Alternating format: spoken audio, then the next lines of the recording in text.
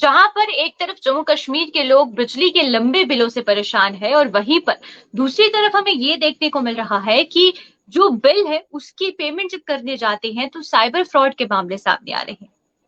तो चलिए आइए आज बात करते हैं जिस तरीके से बिजली बिल का एक बहुत बड़े फ्रॉड सामने आ रहे हैं, यानी कि बिजली बिल के नाम पर जितने भी हैकर्स हैं वो फ्रॉड करते हुए नजर आ रहे हैं और उसको लेकर अवेयरनेस भी यहाँ सरकार करती हुई नजर आ रही है। तो उसके बारे में आज बात करेंगे। और आपको बता दें कि बिजली बिल को लेकर अभी पूरे भारत में, ना सिर्फ जम्मू कश्मीर की बात है लेकिन पूरे भारत में जो लोग हैं वो परेशान नजर आ रहे हैं और लंबे चौड़े बिल जब उनके घर पहुंचते हैं तो लोगों को परेशानी आती है, जो कि बहुत लाजमी चीज भी है। और इस बीच अब ये देखने को मिल रहा है कि साइबर फ्रॉड भी इसी को लेकर बढ़ता जा रहा है, क्योंकि बहुत से ऐसे लोग हैं जो लंबे लंबे बिल आ रहे हैं और ऑनलाइन पेमेंट करने के लिए बिल के लिए कहा जा रहा है। तो उस बीच जो साइबर फ्रॉडस्टर्स हैं वो एक्टिव होते हुए नजर आ रहे हैं। वो लोगों को व्हाट्सएप पर मैसेज करते हुए ये कहते हुए नजर आते हैं कि आप व्हाट्सएप के थ्रू अपना बिल भरें या फिर कोई एक ऐप के माध्यम से, जो कि हैकर्स के लिए इजी होती है हैक करना, उसके माध्यम से जितने भी उपभोक्ता हैं उन्हें कहा जाता है कि आप इसके थ्रू अपना जो बिल है उसकी पेमेंट करें। उसके बाद से साइबर फ्रॉड के जो मामले हैं वो बढ़ते जा रहे हैं। तो इसको लेकर अब ये कहा गया है कि जितने भी ग्रामीण इलाके हैं, जो शहरी इलाके हैं,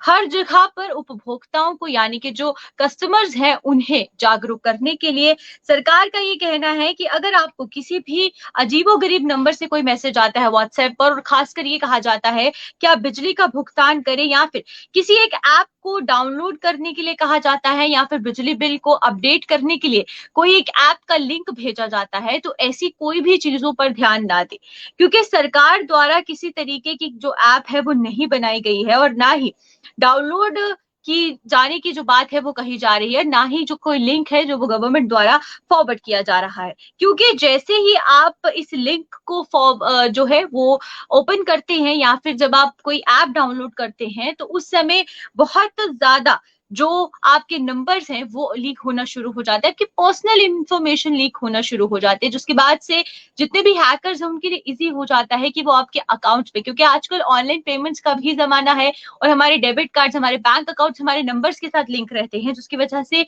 जो बिजली के बिल के भुगतान को लेकर इस तरीके के मैसेजेस आते हैं तो वो इजिली आपके बैंक अकाउंट तक पहुंच जाते हैं हैकर्स, और उसकी वजह से परेशानी जो है वो कस्टमर्स को उठानी पड़ रही है। और इसी के साथ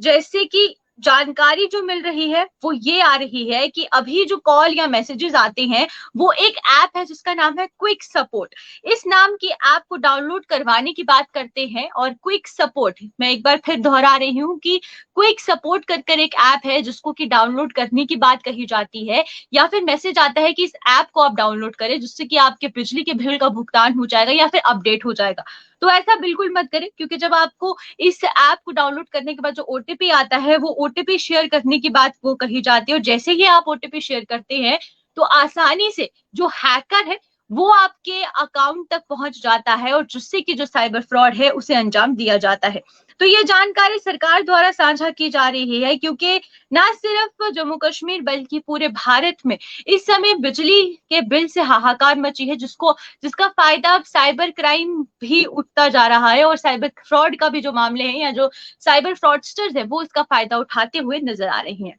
तो चलिए अभी के लिए फिलहाल आप मुझे इजाजत दीजिए, लेकिन बिजली के बढ़ते बिल को लेकर आपका क्या कुछ कहना है, आप अपनी राय जरूर कमेंट सेक्शन में ड्रॉप कीजिएगा, क्योंकि बिजली का बिल जो जिस तरीके से बढ़ता जा रहा है वो भी एक मुद्दा बना हुआ है इस समय, और लोगों का यही कहना है कि इस तरीके से सरकार को लोगों को परेशान नहीं करना चाहिए, इतने लंबे चौड़े बिल नहीं थमाने चाहिए। जिस पर आपकी क्या राय है आप जरूर हमारे से साझा करें। अभी के लिए आप मुझे इजाजत दीजिए, नमस्कार।